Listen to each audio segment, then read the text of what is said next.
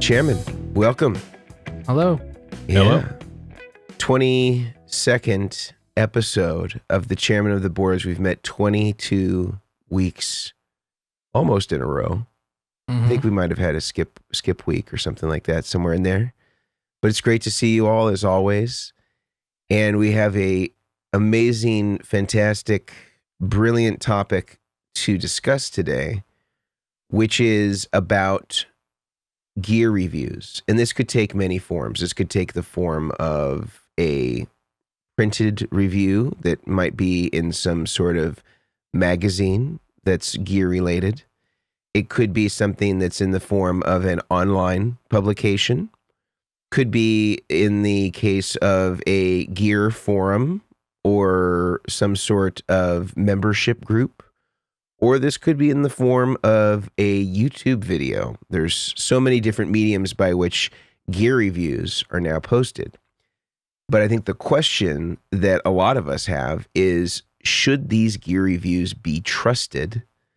And when should I give merit to a review? And when should I perhaps disregard or need more research in order to take that evaluation and take action from it, meaning you would then go and purchase the product? And I think that there's a lot of confusion as to how the deck is stacked when it comes to gear reviews and some of the stuff behind it. Certainly, I've participated in many gear reviews through YouTube, and I think some of us have of at least evaluating our own products, if not others.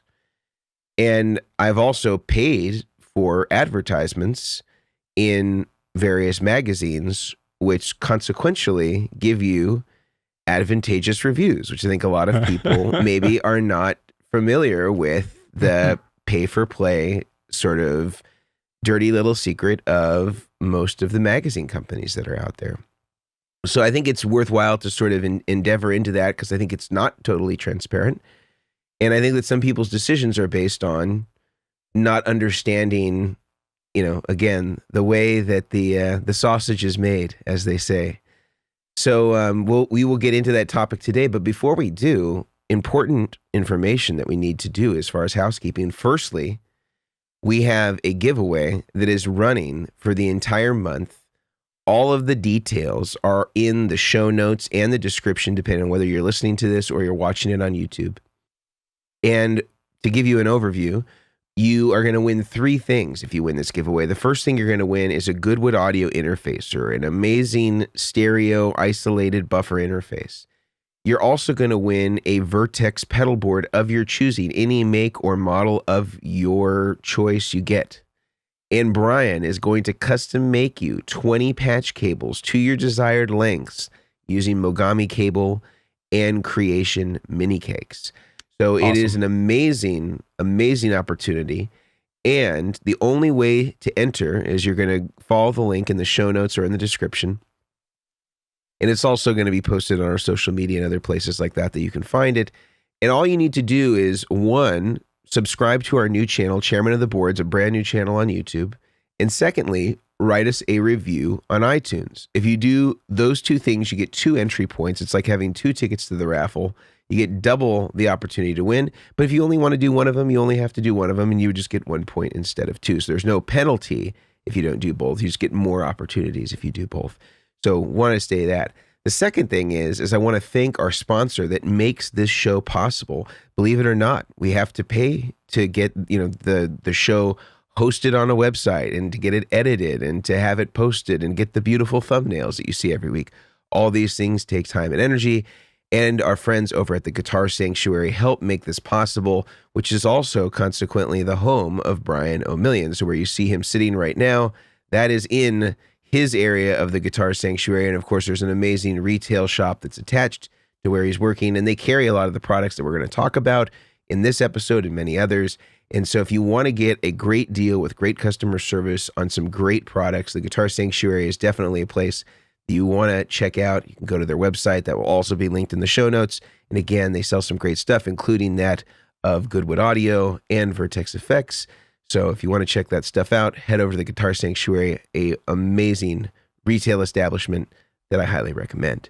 So with that said, let's get into gear reviews. So before we start, is there anything like any preamble that we want to kind of just put out there so that we kind of have a starting place to kind of jump off from? I know I've kind of started us off a little bit, but I want to make sure that we each have a chance to sort of catch up with kind of where we're coming from in our gear review experiences. Yeah. I mean, I would just say it's funny because we're talking about gear reviews, other people's opinions, and we're giving our opinions. But this is like truly like from our builder perspectives, questions that we get. Oh, I've heard this review. I've heard that review. What do you think? So I'm excited for this topic. I think it's gonna be a really good understanding because there are some great reviews out there, and then there's some iffy reviews. So yeah. I think by default, and I'm sure a lot of people listening are the same, but by default, I do not trust gear reviews pretty well, full stop. But I will say there are a few things for me that really help me take a step into trusting if the gear review is legitimate or if it's just being kind of like you mentioned, Mason, like these people paid for 5 stars rather than earned them, to put it bluntly. And that is when people start talking about some of the things they don't like about a product. And I think there's also research that's been done on the most trusted websites or companies, even if you just take Google reviews, are not the ones that have 5 out of 5 stars. They're the ones that have 4, 4.3. They're below perfect, and those tend to be more trusted than 5 out of 5. And I think that is for good reason, because there are some things they don't get perfect, and no company, no product is perfect.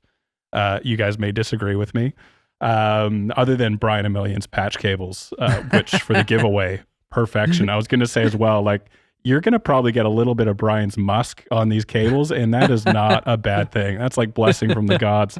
So I think my perspective, I'm starting from a point when I read a review of not trusting them until proven otherwise, which is, I know, cynical, but with where reviews are at, very judicial in a way. Well, yeah, I mean, where reviews are at these days, where companies literally, if you take Amazon as an extreme, like companies from overseas will potentially just send out fake products to fake shipping addresses so that they can create their own perfect review. And like, I come from that place and I'm like, well, everyone wants 5 out of 5, so they rank better and they get higher on the list, they sell more product, but they're not a genuine review. And so I start cynical, and I hopefully slowly fill up my glass past halfway until it's full when the product earns it. So that's a long-winded way of saying I'm going to be a bit of a cynic today. Yeah, there are certain reviews I trust, which we'll get into later, but yeah, I start out pretty cynical. Brian, anything to add to that? No, I mean, nothing else to add to that. I can't think of anything. Okay. Well, I think that maybe the place that started it all, so to speak, is certainly magazine reviews. And there are in existence probably a couple magazines with varying popularity. Guitar Player Magazine, Premier Guitar, and then I think kind of maybe a little further down the list you have like Guitarist or Guitar Aficionado, some of the more sort of highbrow publications, let's say. And I think always as a kid, you know, I used to get Guitar Player Magazine and Premier Guitar a little later on. Premier Guitar wasn't around until maybe like the tail end of me being in high school, maybe even college. I'm not sure. At least in its more popular form. Maybe it existed in a smaller capacity. But I remember really relying on the evaluations of those reviews as sort of the gospel, as though Jesus descended from heaven and gave a pedal 5 picks. Yep. You know, TS9. Yeah. And he, you know, I think that although in a lot of cases it could be true, there's also, I think, I think one of the challenges I have, and we'll talk about this more, I think, with newer gear reviews, with like stuff with like reverb and stuff like that, is there is a certain triangulation that's happening where you're not seeing sort of the breadth of products that are actually out there that are being reviewed. You're seeing sort of kind of a narrow lens that's based on sort of a combination of advertisers, a combination of the preferences of the reviewer or the editor or the relationships that have already been forged with the magazine. And you're seeing mostly all positive outcomes, just like the phenomenon that, you know, every kid that plays soccer gets a trophy, whether they're 11-0 or 0-11. You really don't see participation. You don't see 1 and 2 star reviews on any of those magazines. And some of them would say, well, we just won't review it if it doesn't meet a certain standard. And I've heard some of them say that, you know, because I remember when I had advertised with a major magazine for a couple of years, you know, I asked this question. I said, well, you know, if you review my product, how can the review be trusted if there isn't a spectrum of review results that range? Because certainly there must be 1 or 2 star reviews as well as 5-star reviews. And it seems like everything kind of at least gets 4 stars. And then if something is really exceptional to them, it gets 5 or 5 picks, which is more rare. The other thing is that I noticed that if you're advertising, and I can say this just for myself, if you're advertising and you're spending, you know, to give you a sense, this was a couple of years ago, probably 5 years ago or more, for a full page ad in a major publication, I think it was like $36 or $3,800 a month. Whoa! Just to give you a sense of like how much it is.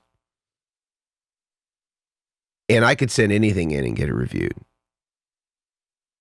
Fast forward to when I was like, this really doesn't work, and I'm investing all this money in YouTube and in you know, like Facebook and Instagram advertising. It was real hard to get a review.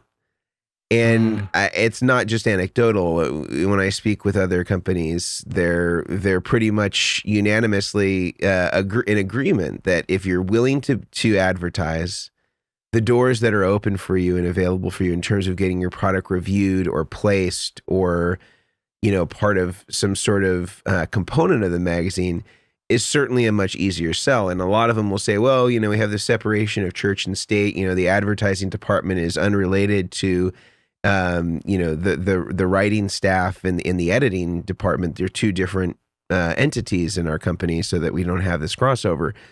But I think it's unavoidable, because they ultimately know that their bread is buttered with advertising and the advertisers that are paying to be there. And if the advertisers are dissatisfied, it's hard to enroll them in continuing to advertise. And I think that a lot of people that are looking at those reviews, I think that they think that they're coming or they're emanating organically. And in maybe some cases they are, because certainly there's evidence of some companies being in there that are not paying to be in there. But I think overwhelmingly you're seeing that there is some connection with the magazine in some way, and that they're paying for different sorts of advertisements, whether that be print, whether that be digital. And there certainly is a pay for play element there. So when you're reading a review in a major magazine, you need to know that they're not giving you the spectrum of every great overdrive pedal out there. It's every great overdrive within a narrow window of people that are connected with the magazine, people that the writer of the review maybe already has a relationship with or that uses themselves. And you're not getting the breadth of what is available out there. And I think that that's a shortcoming of a lot of reviewers, and we can get into that more as we go. But ultimately, like, it's a very narrow lens. The aperture is very tight when it comes to what gets reviewed and the variation of review. it's impossible that everything is 5 or 4 stars or above. Like I don't think I've ever seen a 3-star or below review on any of these magazines. Your thoughts? I mean, I think that's kind of why I tend to not really trust a lot of reviews as much, is because there's that huge conflict of interest of, we paid to be here, we're paying for 4 stars or above, and if we don't, then like you said, we're not coming back, which is the conflict of interest. And so that's where I think for me, if I was to see the reviews I've trusted the most in the past are the ones that have come from people that I know and trust, friends, word of mouth, because they've physically tried the pedal, they've compared it against their repertoire of overdrives or their repertoire of delays that they have experience with, and they're comparing it. There's no filter. It's behind closed doors. In essence, they can say like, oh, the knobs on this thing are garbage, but man, those delay repeats, those things are awesome. And so, there's a manufacturing deficit, but on the circuit itself, it's like, man, this thing sounds like nothing I've ever heard before. And so you get that like unabashed opinion, and they just let loose. I will say though, even with that, even with friends and people in the gear industry, people in general, there is this hype factor that I myself get caught up in as well. The latest and greatest comes out, and if it starts out promising, let's take and this is not a slight against Chase Bliss, but when the automaton pedals came out, they looked different right from the get-go. So right away, as soon as those came out, I was looking for reasons to love them because they were unique. It was a new take, a new approach on maybe like an overdrive or a reverb. And so even for me, I realized right away, I'm starting from a place of, this pedal is awesome before I even heard it. And so I was looking for reasons to love it. So right away, my review, even talking internally to myself, which I do a lot of, my review of that pedal was awesome at the get-go, and it was all hype. Luckily, when I actually tried them, I was like, oh yeah, these things are actually really cool. But even from friends, I mean, I need to make sure I'm taking their reviews of gear with like, is this coming from hype? Is this coming from a place of genuine appreciation for the pedal, and so on and so forth? So I think, again, being a little bit cynical, you kind of have to take everything with a grain of salt, and you have to essentially get your hands on the pedal, which I know is not practical. We need a library of guitar gear, which I know exists, like the Sound Parcel and stuff like that. You can kind of rent pedals, but you need to get your hands on it, and you need to get your hands on it for more than just potentially a quick 5-minute play. You need to spend some time with it. But short of that, I mean, I think I still trust reviews of friends, like from you guys. If you guys say, like Mason, you've been talking about the delay. There's that delay pedal that you love. The Rocket Clockwork. There's a Clockwork, and then there was one last week. It wasn't Behringer. It was in a Line 6 single pedal size. Oh, that was format. the Hardwire. Hardwire. Oh yeah, this guy. Yeah, so I like got it right by my desk. You're looking I've heard from YouTube. a couple people. That some of the Hardwire gear is awesome from unrelated sources. So now I'm like, all right, I need to go check out Hardwire stuff. Doesn't have MIDI though, but if it's got the tone, if it gets me a step closer to Tone Town, I'm it's all got game. the tone. It's got the tone of the gods, and Steve Lukather, who's the session musician extraordinaire, played on most of the Michael Jackson hits. He's been using these for over a decade. The trick, though, to him, and I'll say this to anybody who's interested in a Hardwire DL8, firstly, you can get them for $99. I got 2 of them. I got one for $89 and one for $99. And these can do the lexicon kind of circular delay things as close as I found anything to do. And what you need to do, this is the challenge here. You need to have 2 of them, but even if you buy 2, it's under $200. You have to set it to tape because it can't do that sound on any of the other settings. But you can only use a mono input. As soon as you go stereo input, it won't do kind of the ping pong thing anymore. So you got to go mono input, stereo output.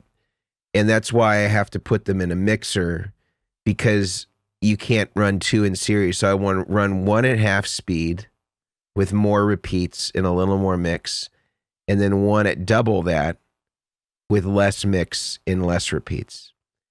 And that gives you the vibe. But you do have to modify them to kill dry, because it doesn't have a kill dry in them. Because once it's in the mixer, the mixer provides the dry. When you do that, that'll Beautiful. change your life. I'll give you a schematic of where to cut the trace, or you could either cut a trace or you could remove a capacitor. Either one will make it kill dry. They're amazing. If they had MIDI, I mean, it would change a lot more minds, I think. But like even in that example, like that's not something I personally would have organically come across due to a gear review. I only would have come across that because I've heard it from other guitar players that I know and trust. I don't even know if these got reviewed. I'm curious. Hardwired DL8 review. I'm just typing it in to the Googs here. Good old Googs. The Googs. All I see is something called The Ugly Truth About the Hardwired DL8. Oh, scandal.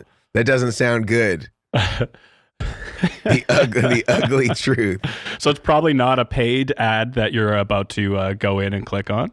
I don't see anything related to a gear review of this. I mean, I think in some ways, as I've said before, because the DL8, if you've ever looked at it, I've said that it is the love child of Optimus Prime. It has a very like Transformer-esque kind of look to it. They were not attractive. And from what I can see, tense, is it kind of like ugly duckling thing? Has it grown into its own and now it is attractive? And I think its beauty is in the eye of the beholders. The tone. I have tone beer goggles for this one. Yep. Because it sounds so good. It's now a 10 in my eyes. Have you seen Shallow Hal? Have you seen Shallow Hal? Oh yeah. This pedal's got a tail. This is the Gwyneth Paltrow of delay pedals. Who is the lead female actress in Shallow Hal, featuring Jack Black. So anyway, it's an amazing delay. It does take, obviously the way that I talked about it, it's a little bit of a roundabout way to get to Tone Town. It's certainly taking a lot of back roads and unpaven roads to get there. But once you do, and if anybody wants the mod for the Kill Dry, just email me. I can send you a schematic of where to cut a trace or remove a capacitor, and you'll be there. Can I ask you guys a question? Yeah. Off the back of this, being like that being an example of something that's come from a friend or someone I know and trust. Can you name a piece of gear, let's say in the last 5 years, that you have bought solely on a review, not recommended by other people, not recommended on tons of additional research, or but like a print review? Print, any kind of online or print review, something where it's like, yep, the review convinced me. That's what put me over the top. I can't personally think of any. Of a print review, or no, not really. For me, all I'm trying to get to, I think for me, it usually comes from either I have some sort of built up trust with a company. They've put up products in the past that I'm like, yeah, I know that when they release something, it's awesome. Something that did get me more recently that, again, maybe built up a little bit on hype, but kind of was pushing me towards this pedal was the Maris LVX, which I know we've briefly chatted about in the past. Their release video captured me. Is it out? Yeah, so. I've seen customers. I've seen one customer that has, maybe he was just chatting about getting it. I'm trying to remember if he even... I don't think so, because I think our store. Yeah, I guess you guys would get it, but we haven't gotten any. I would know if we got them. Yeah, fair. But no, we haven't gotten them that yet. But yeah, I can't think of any reviews that have been like, oh man, because of that review, I needed to go out and buy this unit. Yeah. Well, I think a big part of reviews too is also looking at the history of that company that's coming out with that type of device. So you're like, oh, well, in the past they've done only compressor things or overdrive style. So when they come out with a new thing and this, a review's like the best this thing in the whole industry, you're like, oh, okay, hold on, there's enough, because I have fallen, the first ever Strymon came out with the Iridium, and it's an amazing pedal. Then Walrus comes out with an ACS1, and everyone's like ditching their Iridiums to buy the ACS1. The ACS1 is also amazing. I'm a culprit too. UA comes out with the Dream and Ruby and all their stuff. Everyone sells their ACS1s because everyone's like, this is the next best this thing. And like when it comes down to it, it's like doing the history, reading up on the history of those companies and saying, oh, well, yeah, UA is a plugin company, so their plugins are really good. So their amp cap pedal is probably gonna be really good. But like one video of, one's like, this is the best pedal. Then the next video is, this is the worst pedal. Obviously it gets very difficult. But, I fall back on the same thing as you guys do. Getting that pedal, renting it from a company, or because you can't determine how a pedal sounds in your rig 5 minutes at a guitar store on a guitar amp that is not the amp that you're using, with the guitar that you're not using, or the pedals that you're not using. Like putting it in your sound makes a big difference. So like getting those reviews where the guy's like, oh yeah, I'm going direct in, like it's going through all sorts of processing, and their guitar is not what you're using. So like, yeah, I'm not skeptical, but I do not pay attention to a lot of reviews. I'll watch them because I like watching gear videos, but yeah, if a company says this is the next greatest thing, or this thing will blow your hair back, I'm just like, let's wait and see. Like let's hear it. Let's see how it reacts in person, because hearing a pedal on a video versus hearing it in your inner monitors or through your amp is a completely different thing. So I don't want to hijack you hosting this, Mason. This just brought up a question. Please.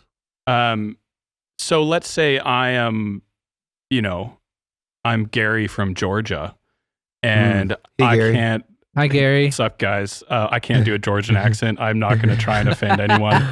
I'm just going to stay Canadian Gary from Georgia. Gary here, tone addict. So let's say like I don't have, and I can totally relate to this, I don't have a whole bunch of extra money or resource to just try out a pedal, find out I don't like it, and then sell it at a loss as a used unit. So how am I supposed to know then?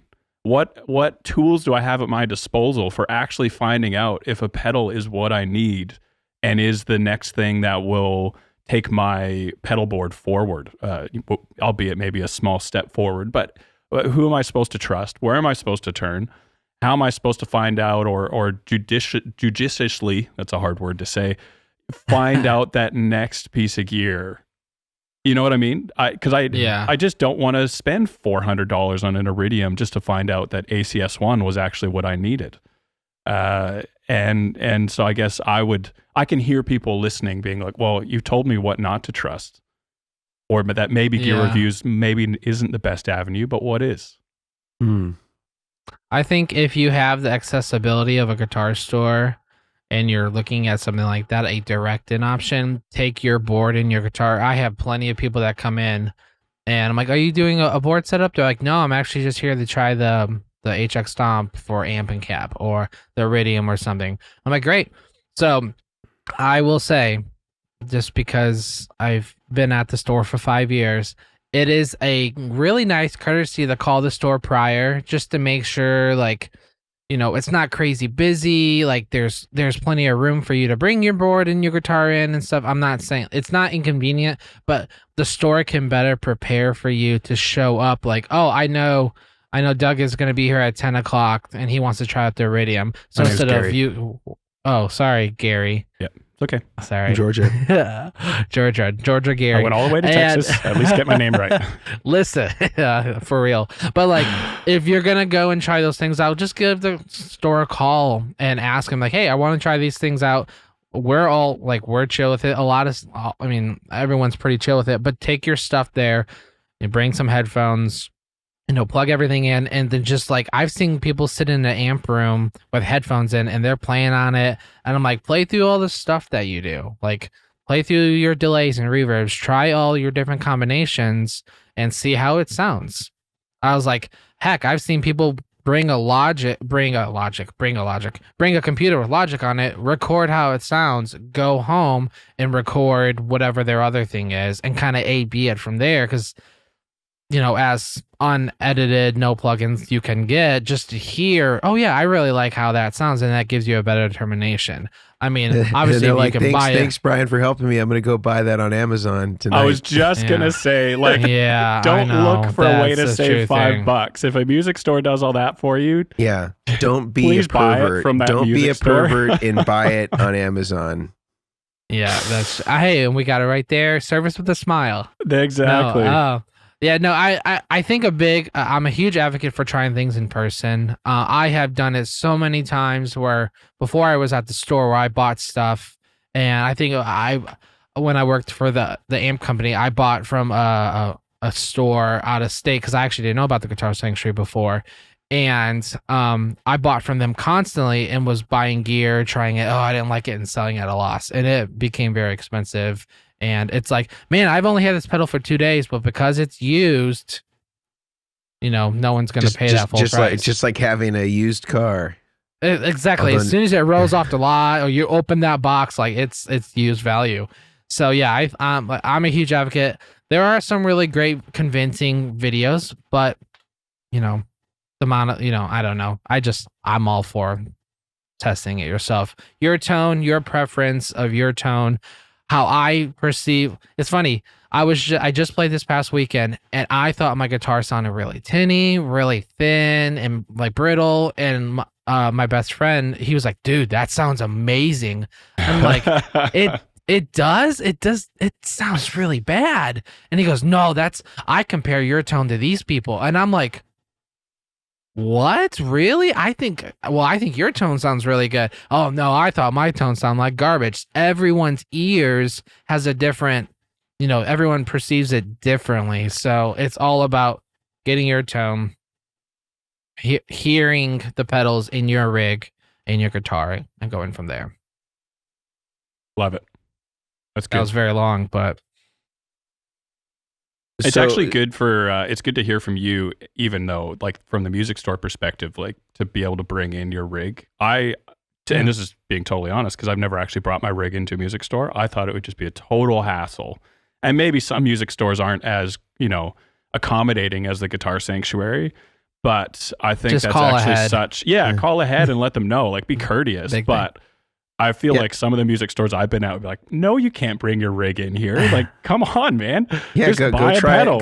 Go try it over at Long and McQuaid. Exactly. Oh and so that's actually really good to hear. And I mean that I'm genuinely that's great. I think if you have a 412 and you're running a 100-watt amp, like bring and you've got like a 40 by 20 pedal board. Yeah, like if it's like something like that, maybe bring the amp head and like plug it into a speaker or something. Like obviously then that gets into the whole speaker difference. Like that speakers make a difference. We talked about that in the last one. But like I think calling ahead, don't do it on a Saturday because everyone goes to a guitar store on a Saturday, and like plan a time, schedule something, because at least here we have plenty of rooms where we can take you into and set you up so you can hear it. But ask, hey, is this an option? If it is there somewhere is there a lesson room I can go in, or is there another space I can go in that I'm not obstructing the rest of the store, but I can still get my tone, because when it comes down to it, like, we want to sell you stuff. We want you to get what you want, the tone. I don't want you to go on Amazon or somewhere else and buy that pedal. Sorry, Jeff Bezos. I buy plenty of Amazon stuff to pay for his coffees, so you can at least buy your guitar. What about his new yacht? His new $500 million yacht? You buying enough for that? I've contributed to that probably, but I'm just saying, I say just call. That's a big part. It's just call. Like it's the worst thing that they can say is no.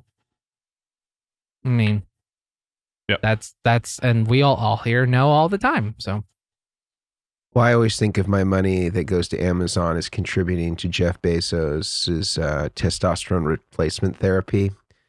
I don't know if you've seen I Jeff, haven't. but he's gotten pretty ripped.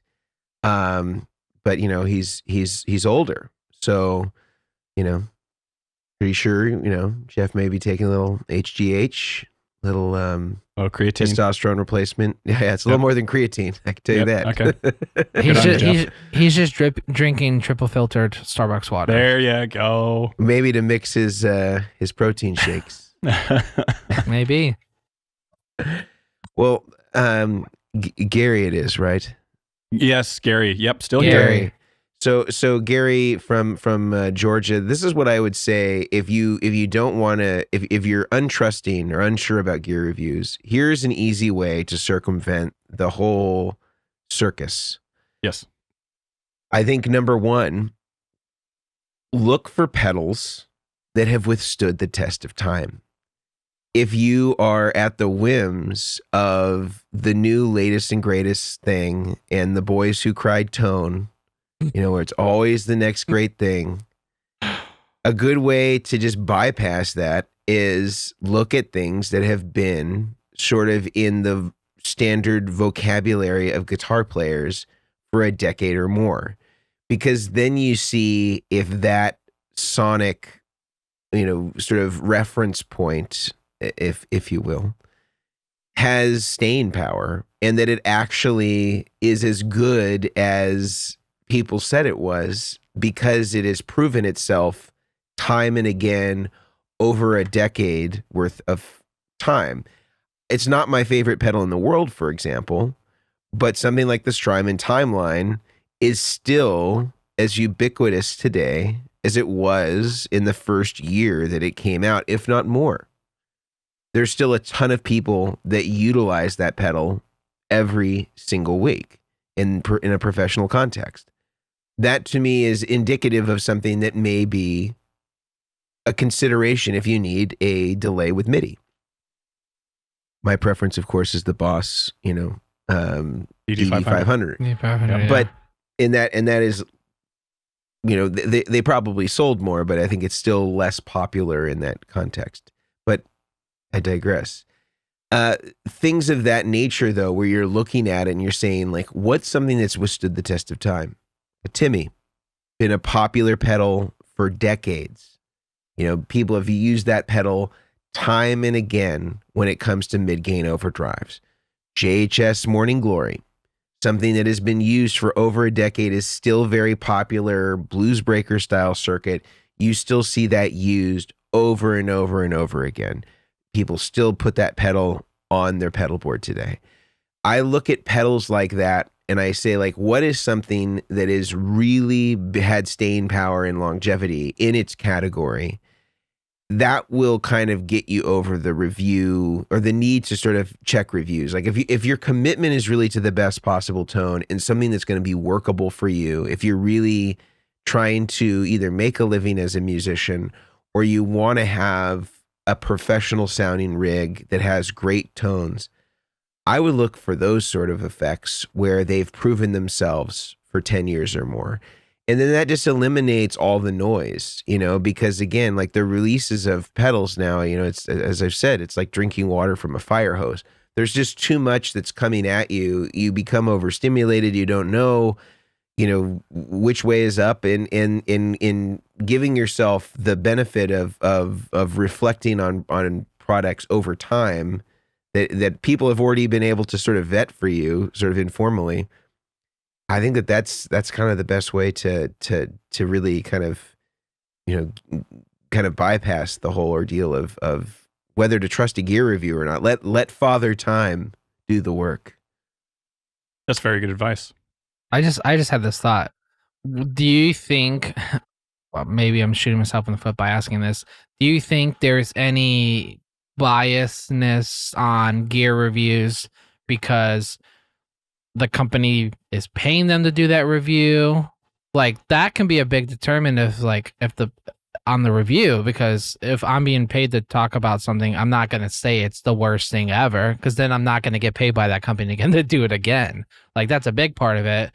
So I think it's been interesting to see some reviews where it's like, they did not ask me to do this video. They did not pay me to do this video. This is purely my like own thoughts. Those, and not every person does it, but some people have been doing it lately because that question has been asked in the comments.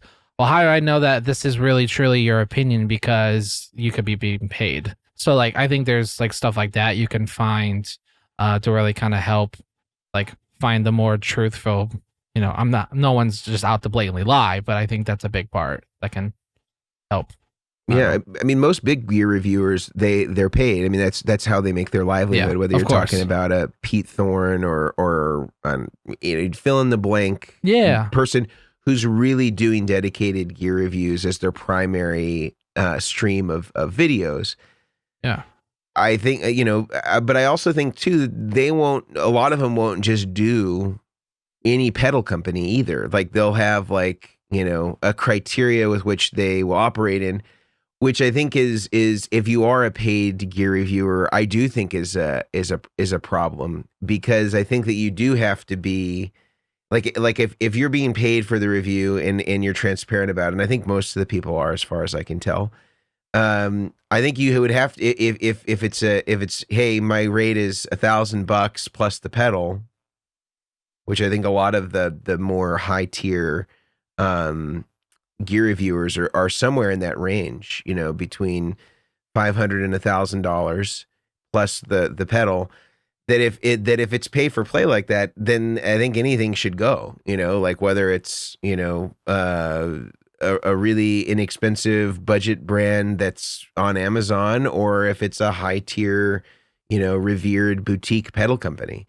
I think that in either situation, they would have to be open to really everything, because I think, again, goes back to the triangulation thing. Like when I watch demos of stuff that's on Reverb, that's produced by Reverb, there's like a very specific lens of products that they're going for. And this could be by design, right? But it's a lot of the really hipstery stuff.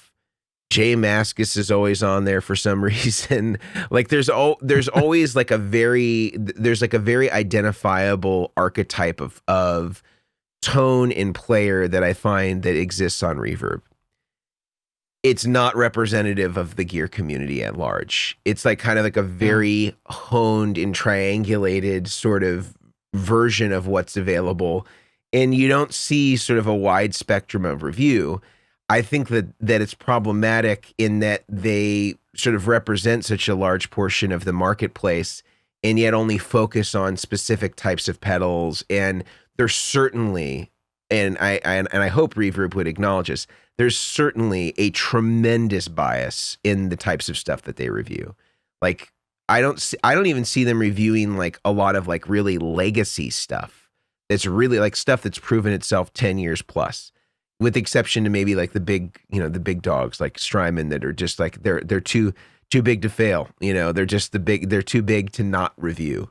But I think that there certainly is stuff like that goes on even in the digital space. And I wish that Reverb took more time to curate content of like unknown brands, like to look at brands that people have not heard of, to like try to break the next JHS or the next Full Tone or somebody like that. I don't think that there's a lot of effort to do that. I think that it looks like to me that most of the reviews are kind of like low-hanging fruit, like easy stuff to review and people will like. I wish there was more of an effort to like find the next Klon. Yeah. That's actually good. Yep, I like that. I don't have much to add, hence my silence. I'm kind of thinking about what you said and what I've seen on Reverb, and yeah, I like it, man. It would be awesome. I mean, if prove me wrong, if there is something a gross generalization that I'm making here about Reverb, I mean, I think it's a great resource, and certainly I use Reverb several times every year. I bought a treble booster on Reverb. I like to buy stuff on Reverb from people that nobody really knows about, but because there's like a lot of homegrown brands on there, because I think actually Reverb now is owned by Etsy. And so it's kind of like the Etsy of tone is kind of how Reverb has become. I bought this treble booster from a company called Analog Noir. And wow.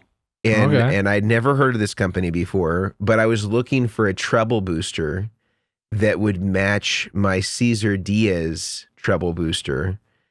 And I got chatting with this guy on Reverb, and I was like, hey man, like I see that you make these mini size treble boosters with NOS transistors.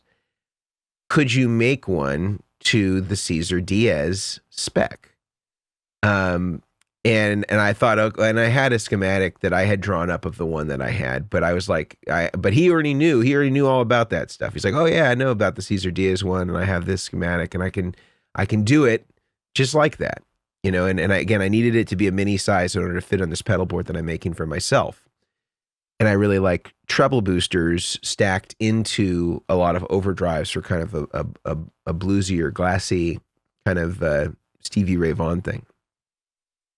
He knew all about it. He sent me the pedal. It sounded incredible. It was a great pedal. Nobody knows who this company is. And like that to me seems like it should be the responsibility of big mouthpieces in the industry like Reverb. Yeah. Because Strymon is always going to be able to propagate their message. Analog Noir, very hard to get any sort of publicity. And I feel like if we want to keep people excited about new brands and to elevate new brands, I think there's a responsibility of bigger companies like that, and even Premier Guitar and stuff like that, to try to break more underground brands that people don't know about that could be brought to a larger audience. And maybe, some of them aren't going to pan out and be these amazing companies, and some of them will. It's like draft picks, Who does this from time to time, though, who I've seen is, and disagree with me, but that pedal show from time to time will have people on. It's like, I have never heard of this person. Mm-hmm. And they'll spend an hour with them, and they'll just chat through their product, and they don't do it obviously every week. Yeah. But yeah. I'd agree. I think that they actually are. I think that pedal show are really good stewards of a variety of stuff. And I think that they will use unknown, unused, or relatively unused stuff, and they'll feature it on their pedal boards, or even in some cases use it on their personal pedal boards in a lot of cases. And I do think that I think that they do have, and I don't think, but I wouldn't say that they make any excuses about this. They have their own tonal preferences, and I think that that's great. And I actually think that it's great that the two of them have pretty dissimilar tastes in terms of like what they personally gravitate toward, which I think is really great for the viewer. And I think that their demo process, although it's much longer than, let's say, a Pete Thorne video or an RJ Ronquillo video, I think that they're pretty consistent. Like, obviously, if you don't play like them or you don't like their sound, they don't have to be your messenger. But I think that they're pretty consistent. Like, if you've identified what your kind of relativity scale is based on whatever their evaluation is, you can be pretty consistent. If you know, like, hey, I'm 20% different than Mick, and I'm on this end of the scale, and I'm 15% different than Dan on this end of the scale, and you've sort of gauged your relativity to their baseline, you can pretty much follow that across whatever products it is that they kind of talk about. Because I would say that they are very consistent in sort of their evaluations of things kind of relative to their, likes and preferences. That would actually be, if you're watching on YouTube, it would be awesome to see some comments come through of maybe YouTubers or whatever the publication is, of people you feel that actually get underground brands, as Mason said, out there. I would personally love to check them out because it's, part of my job to know. So I would love to hear that from people that are listening. Email us, message us, put a comment in on YouTube. That would be awesome. Yeah, like pedals that are really great, really well made, that people don't really know about, or that, I mean, and I'm sure that, the gear page has always kind of been, for all of its shortcomings, I think that one thing that a lot of people, at least when I was more active on the gear page, that was, almost 10 years ago, there was a lot of people that were really trying to find the diamond in the rough. And there was a lot of kind of like posts and things like that were trying to promote like less well-known brands to kind of break them to the larger community. And I think that that's how a lot of, boutique hype got momentum. It would be through places like the gear page, where people would be talking about sort of obscure homemade operations that would roll into things that were really, really huge. Like I think the Timmy and the Tim were examples of something like that. Like, yeah, I think that, short of I don't know about the newest versions of the Tim or the Timmy, or the MXR version of it, but I know that for the longest time, he was making all those pedals on his kitchen table, in New Zealand, right? That's Crowther, but Timmy is... yep, getting my brands mixed up. Timmy's Timmy's in Nashville, I think. Okay. Or somewhere in Tennessee. And I think he was baking off his enclosures in his oven and like making... And then putting in a casserole. Yeah, then throwing in a tuna fish casserole, or corn dog casserole, whatever. It's the Midwest, or I guess they're technically the South, but I've not quite Georgia. Not quite Georgia, but I have seen. Just a quick aside that I thought was an interesting casserole dish at Sweetwater. They had at their cafeteria, they had corn dog casserole. I don't think I've ever seen anything like That's that beautiful. before. I'd eat that. And then the next day it was corn dog chowder. Whatever didn't get used got thrown into the chowder. But anyway, that's an experiment for. I want to see Mario Batali or a Beat Bobby Flay with corn dog chowder. Yes. But in any case, I don't remember where we were. I got distracted by the corn dog chowder. I do have an idea off the back of this, because we were saying like put your comments in YouTube of brands we've never heard of. If there's a brand that comes up of a pedal that's highly rated, we should, for an episode, we should all buy that pedal and review it live on a Chairman of the Boards episode. I'm down. That would be a lot of fun. Hey, we might even have it at the store. I will say, so not only do I do all the board building, I also do all the social media and graphics and video and stuff for the Guitar Sanctuary. So when we started doing this like dealer's choice of like our top picks, and which is it's a great idea. A coworker came to me. I'm like, listen, I'm already busy, but let's add another thing to my plate, because why not? So, if you could see my area, it is just it's a wall to wall. It's insane. But so we started doing these things, and we started picking out all these things, and they were all like the most like reputable brands that like we sell: Strymon, Source Audio, Origin, HHS. And our boss was like, why don't you do some pedals that you've never done? And I was like, don't worry, I got that. I'm calling it the Hidden Gem series. So like there's a lot of these brands that like I don't even know of, and they're like, oh yeah, it's this company, they're over, like we just got this new one where it's like Design a Drive by this one company. I posted about it. And like you can really tweak how the overdrive, like you can add body, you can remove body from the drive. Like and I was like, wow, this is a really solid, good overdrive. Why haven't I heard of it? And someone's like, oh, it's because it's not that hot, fancy item from one of the reputable brands. So I agree. Yeah, I think that'd be fun to do that, to see comments of, brands that we've never maybe heard of. Because there are some really good ones. And I mean, I have done like A3 custom pedals. They do the volume, and they do overdrives, and they do preamps, and they've sent me some stuff, and I was like, wow, these sound really good. Like, why aren't you in more stores? It's like, well, because no one has really heard of our pedals. So it's a lot more difficult to sell someone on something they've never heard of.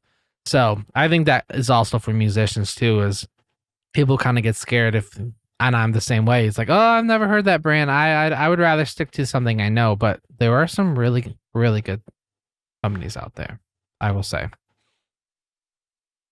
Love it. Yeah. That'd be fun.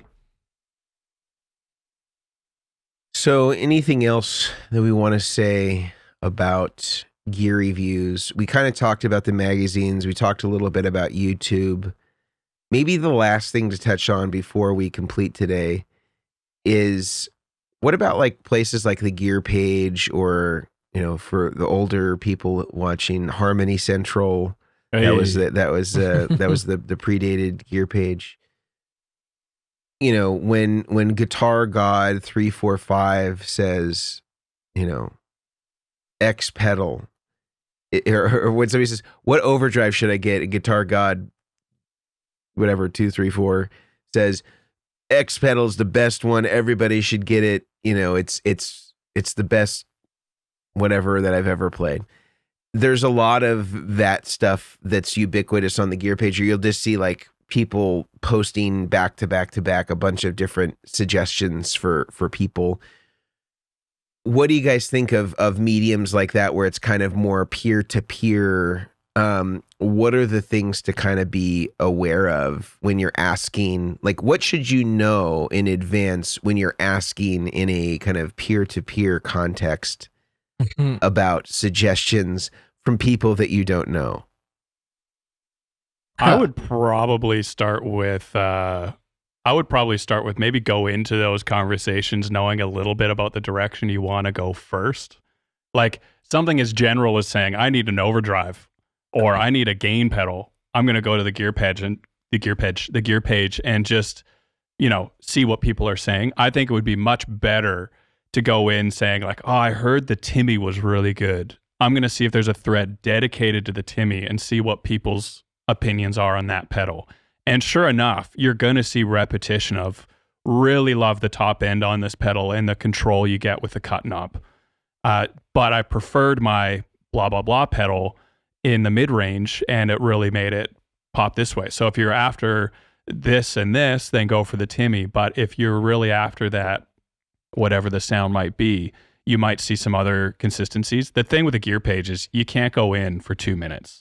You need to go into the Gear Page with like a coffee, maybe meal plans already set aside, and like set aside an hour to read a thread. Like it's a large place. And so I would personally be looking for dedicated threads to a pedal I'm interested in and see where that rabbit hole takes me, because sure enough, you're going to see other recommendations that are, in air quotes, better. And then you'll go down that thread and you'll go, you know what I mean? So I would probably start with a starting point in mind and just see, rather than one review that Guitar God 239 says, I would see if that's agreed upon by multiple other people. And if it is, and what they're saying aligns with where you're headed, then maybe it's worth checking out. But I would not base anything on one person's review that I do not know, don't know the context of their playing, their history with guitar, this, that, and the other thing. I would be looking for repetition. Yeah. I don't have a lot of experience in the Gear Pages, but the little bit of experience I do, and I have learned from my mistakes, because they were mistakes, is I posted in it not saying what type of style of music I played. So if you're like looking for an overdrive, you're going to get so many overdrives, like recommendations. It's just going to be like this one, this one, this one, this one. And then you're going to say 50 comments later, oh, well, I play bluegrass. I don't know. I'm a country player. I'm a worship player, or I'm a metal player. Like that will already narrow down. It's like when you're searching for a car and you can do the filter choice of what color it is, what body style, and what price, and what anything. You can literally say like, I play these types of I play Gretsch guitars, I play worship music, and I'm running direct. What are some good overdrives? Like that right there will already narrow down.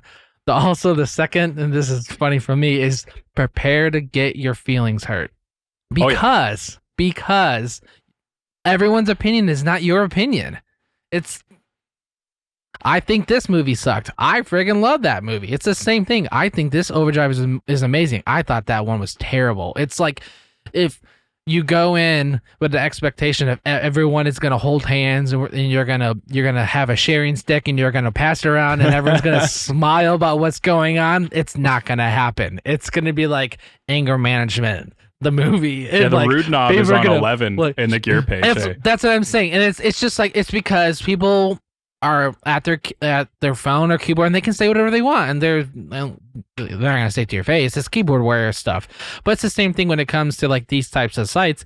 Is that people give their most unfiltered reason for why they hate that pedal because of this one experience, and then that's gonna deter you or make you, And why do you even disappoint play praise and worship music? That music sucks. Exactly. Oh, did you know this and that, or whatever it is, or like, oh, I play metal music. Somebody like that's of the devil. Like that. Like when I was growing up, and I listened to Devil Wears Prada, and I still love them, and A Day to Remember, and all those Good bands. Great movie. Love Anne Hathaway. Absolutely, Meryl Streep. But like those, like listening to those bands, my mom would be like, that's Satan music, and I'm like, no, that's actually a Christian band. So like, but everyone's gonna have their opinion, but starting off with just be open-minded, prepare, have your feelings hurt, and no one ever agrees. No one can ever agree these days. If it's a very rare if they do. But just kind of give a baseline. This is what I play. This is the type of guitar I play. This is what I'm doing. I'm going direct or I'm going a live amp. That will narrow you down so drastically, because if I say I need a gain pedal, I don't want someone to tell me about a Boss Distortion.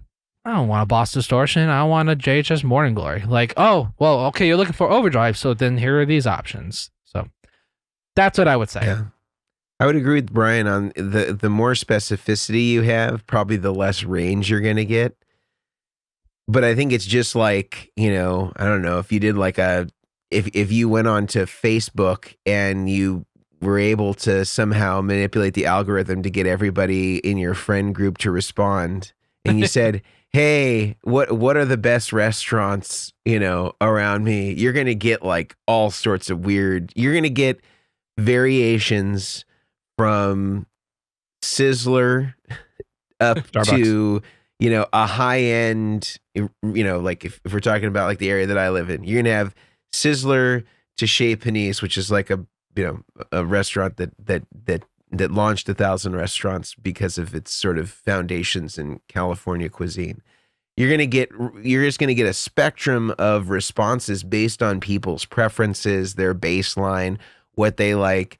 And I say this comment all the time when people talk about, pedals and gear, your experience, like you may not like a certain product because, your experience with having sushi is that you've only had a California roll that was, that you bought from a gas station. Whereas somebody else's experience of sushi is they went to, Nobu, and those two baselines are very far apart from each other. And so, having a preference one way or the other based on whatever your initial impressions or experience are can be really different depending on where the starting place was. And I think that the gear page has such a variety.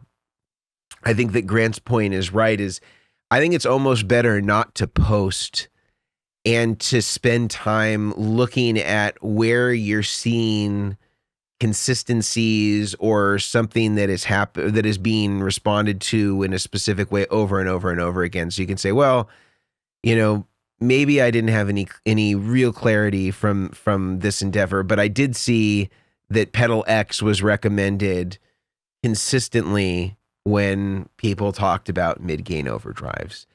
That's kind of the best you're going to hope for. And I think you're still going to then have to go to other sources to maybe help validate it. And the other thing that we didn't talk about too is that there are companies like I think they're called like Pedal Genie, where it's kind of like the sound parcel, the Netflix. No, it's like the Netflix of like pedals, where you can like pay a monthly subscription fee and you can get pedals sent to you. Oh, I didn't know that. And Pedal parcel, I think, is rental, right? And Oakley's going to join us. Yes. The sound parcel is rental. Yeah. Yeah. Oh yeah. Yes. All right. Oh, so good. There he is. Yes. If you're watching on YouTube, you can see the blessed child. The fourth chairman has arrived. The fourth There chairman. we go. Yep. Strap on The that Rig baby. Doctor Jr. Strap on that baby and solder, as I say. Oh, that's awesome. All right. So, And I think utilizing companies like that, the sound parcel or subscription based, which I've never heard of that, so that's cool. But like renting it, I even had that idea. I was like, should we like? You get a lot of people that are like, oh, I'm thinking about this pedal. What's a return policy? And I'm like, why? I'm like, oh, it's 2 days. Okay, come I back. can make that happen. They buy it on a Saturday because they know we're closed Sunday, Monday. Then they come back on Tuesday and they return it. Oh, I just didn't like it. I'm like, oh, okay, I see what you did. Which is, I'm not, talking crap about it, but like, find those companies that do that. Do rent a pedal. I mean, I think you can rent. Yeah, I think Pedal really Genie, cheap. I think Pedal Genie offers that. Like, it's basically like subscription service. You pay, I don't know what the rates are, but you pay a certain monthly, and I think you can get a certain number of pedals for that month. Pedals a month. Yeah, that's awesome. And they send them to you, and then I think you get a label to send it to the next person, who's like, if they only have a limited number of pedals. And then I think if you want to buy the pedal, they will credit your account with whatever, the prorated rate was for that. So I think it's kind of a cool system. And, if you want to do the buy and return policy, that's where you can use Amazon. Don't screw over a small business like a Guitar Sanctuary. You can take it out of Jeff Bezos's testosterone replacement therapy budget. Thank you. Yes, I agree. Jeff's just getting a little bit skinnier. Yeah. Any final thoughts on reviews, things that we should be aware of, and that our listener base can be aware of before we close out for the day? Brian, any thoughts? I always revert back to the same thing. Do your research. Like, don't rush into tone, because you might be rushing in. It's just like driving a car. You might be speeding too fast and crash off the road of Tone Town. That's what I'm saying. Like, it's just like you might miss your exit to go to that gas station to refuel on another overdrive because you already have 15. But just take your time. That's a big part about it, is take your time, figure out what you like. And sometimes it even comes down to like finding that friend that might have that pedal. You're like, hey, I know you're off this weekend and I'm on this weekend. Can I try that overdrive? Most of the time they're probably going to say yes, unless they're like, oh no, my board is Gorilla glued down. Like unless they say something like that, which would be crazy. But just like, never be afraid to ask or Gorilla glue that board. I mean, people were putting Gorilla Glue in their hair, so why not just there you go, spray it on the bottom of the pedal? But that's what I just say. Or call up your local guitar store and see if they allow that option, and just try it on your system. That's a big part of it. Agreed. I like it. I like your advice, Mason, as well, about trying the tried and true pedals that have actually stood the test of time, rather than maybe the latest and greatest. And some people have the budget to just try out pedals and sell them at a slight loss, and that's great. Good. That's a great option to have, but it's not realistic for everyone to be able to do. So in that case, I think if you need a sure thing, or as close to a sure thing as you can get, I'd say then stick with something that has been used for quite some time, especially in the gain section. All of these overdrives, even though they say it's the latest and greatest, never been done before, it's based on a tried and true circuit.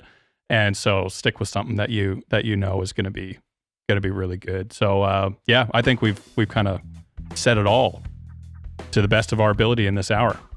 All right. Well, again, a few reminders before we close out today. Firstly, we have our giveaway that's going to be going all month long, where you can win a free Goodwood audio interfacer, a free Vertex pedal board of your choosing, and 20 custom-made patch cables from Brian Omilion using Mogami cable and mini cake plugs. And if you want to get involved in that, if you want an opportunity to win, all you need to do is check out the link in the description or in the show notes. It's going to take you over to our Vertex Effects website, where you can verify and validate that you've done the 2 required entry pieces, which only one is required, but 2 are optional. The first one is you're going to subscribe to our new channel on YouTube. The second thing that you're going to do is you're going to write us a review on iTunes. and Oakley is very excited about this proposition. Oh, yeah. He's And entering. if Yes. you do both those things, you'll have 2 chances to win. It's like having 2 tickets in the raffle. Instead of 1, you've doubled your chances to win, but you only need to do 1. The second thing is that we want to thank our sponsors, the Guitar Sanctuary, for making this episode possible. If you're interested in any of the things that we talked about in any of our episodes, including today, I bet they probably already sell them over at the Guitar Sanctuary. And if you're curious at trying out some new pedals, Brian has given us a little bit of a glimpse into some of the processes where you can bring your gear over to the Guitar Sanctuary. Check out the pedals that you're interested in trying out. And if you want to just buy something and return it, don't do that at the Guitar Sanctuary. Go over to Amazon and do it there and take it away from Jeff Bezos' TRT budget. And I think that with that said, I think we can complete for today. Thanks, guys, for the great conversation. Hopefully we didn't take off Reverb or any of the Guitar Magazine publications too much. But I think that from a consumer perspective, I think it's important to sort of understand the realities of kind of what this stuff is, and the pay-for-play thing is real. Yep. Great. Yeah. Been fun. All right.